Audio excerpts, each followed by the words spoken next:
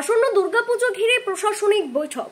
আসন্ন দুর্গাপুজোকে কেন্দ্র করে জলপাইগুড়ি জেলা রাজগঞ্জের সমস্ত পুজো কমিটিগুলিকে নিয়ে প্রশাসনিক বৈঠক অনুষ্ঠিত হলো রাজগঞ্জ বিডিও অফিসের ঠাকুর পঞ্চানন বর্মা কনফারেন্স হলে। এই বৈঠক হয়, সেখানে রাজগঞ্জের ব্লক প্রশাসন, পুলিশ, দমকল বিভাগ, বিদ্যুৎ দপ্তর সহ একাধিক সরকারি দপ্তরের আধিকারিক ও বিভিন্ন ক্লাবের প্রতিনিধিরা উপস্থিত ছিল। এই প্রসঙ্গে রাজগঞ্জের জয়েন্ট বিডিও সৌরভ মণ্ডল জানান, রাজগঞ্জের সমস্ত ক্লাবের প্রতিনিধিদের নিয়ে আসন্ন দুর্গাপুজো নিয়ে বৈঠক করা হয়েছে। রাজ্য সরকার আসান নামে একটি অনলাইন পোর্টাল চালু করেছে, যার মাধ্যমে পুজোর পারমিশনের জন্য আবেদন করতে হবে। তিনি আরো বলেন, আগামী 1 সেপ্টেম্বর থেকে আবেদন প্রক্রিয়া শুরু হবে ও তা চলবে 10 সেপ্টেম্বর পর্যন্ত।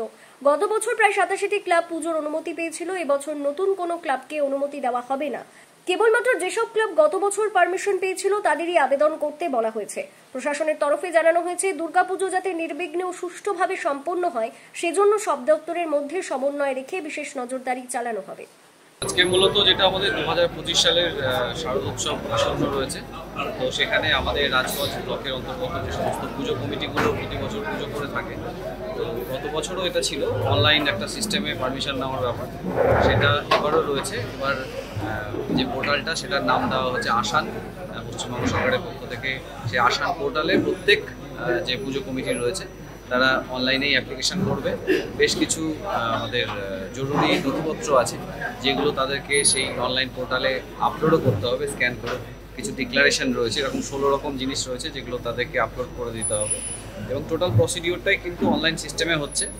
আর ধাপে ধাপে যেরকম আমাদের হয়, বিদ্যুৎ বন্টন দপ্তরের কাছ থেকে পারমিশন নেওয়ার পরে ফায়ার সার্ভিসের কাছ থেকে এনওসি নেবে, তারপরে পুলিশ অ্যাডমিনিস্ট্রেশনের কাছ থেকে এনওসি নেওয়ার পরে আমাদের ব্লক এন্ডে এলে আমাদের এখানে থেকে পারমিশনটা ইস্যু করে দেওয়া হয়। না, অফলাইনে একদমই কোনো ব্যাপার নেই। আর যা যা রিকোয়ার্ড ডকুমেন্ট রয়েছে সেইগুলো যতক্ষণ না আপলোড হচ্ছে ততক্ষণ কিন্তু অ্যাপ্লিকেশনটা সাবমিট করা সম্ভব হবে না। সুতরাং মানে আমরা তখনই সেভাবেই পুজো কমিটিগুলোকে আমরা বলে দিয়েছি, একদম বিস্তারিতভাবে বলে দেওয়া হয়েছে যে কী কী ডকুমেন্ট কীভাবে তারা পেতে পারেন বা সেগুলোর প্রয়োজনীয়তা কতখানি রয়েছে, সেটা সম্ভবভাবে সবাইকে অবহিত করানো হয়েছে। এবং যদি ভবিষ্যতে দরকার হয়, 1 তারিখ থেকে আমাদের এই অনলাইন অ্যাপ্লিকেশানটা শুরু হয়ে যাবে, 10 তারিখ অবধি চলবে। তার মধ্যেই অ্যাপ্লিকেশানটা করতে বলে দেওয়া হয়েছে। যদি কোনো কারণে কারো টেকনিক্যালিটিসে অসুবিধা হয় তাহলে আমরা আবারও বলেছি যে পুজো কমিটিগুলোকে আমাদের সাথে যোগাযোগ করতে। আমাদের একটা সোশ্যাল মিডিয়ায় গ্রুপ রয়েছে, অফিসিয়াল গ্রুপ, সেখানে তারা যদি আবেদন করেন আমরা আবারও একটা টেকনিক্যাল ট্রেনিংয়েরও আবার ব্যবস্থা করব। এবছর যারা নতুন পুজো কমিটি রয়েছে তারা কীভাবে আবেদন করবে? না, নতুন পুজো কমিটির ব্যাপার নেই এখানে।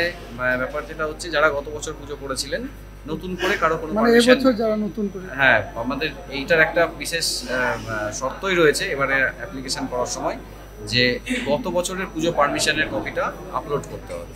তো সুতরাং যাদের কাছে সেই গত বছরের পুজো করার পারমিশনটা ছিল তারাই এই প্ল্যাটফর্মে আবেদন। এবছর নতুন করে তারা কেউ করতে পারবে না। আজকে কারা কারা ছিল, কোন কোন দপ্তর?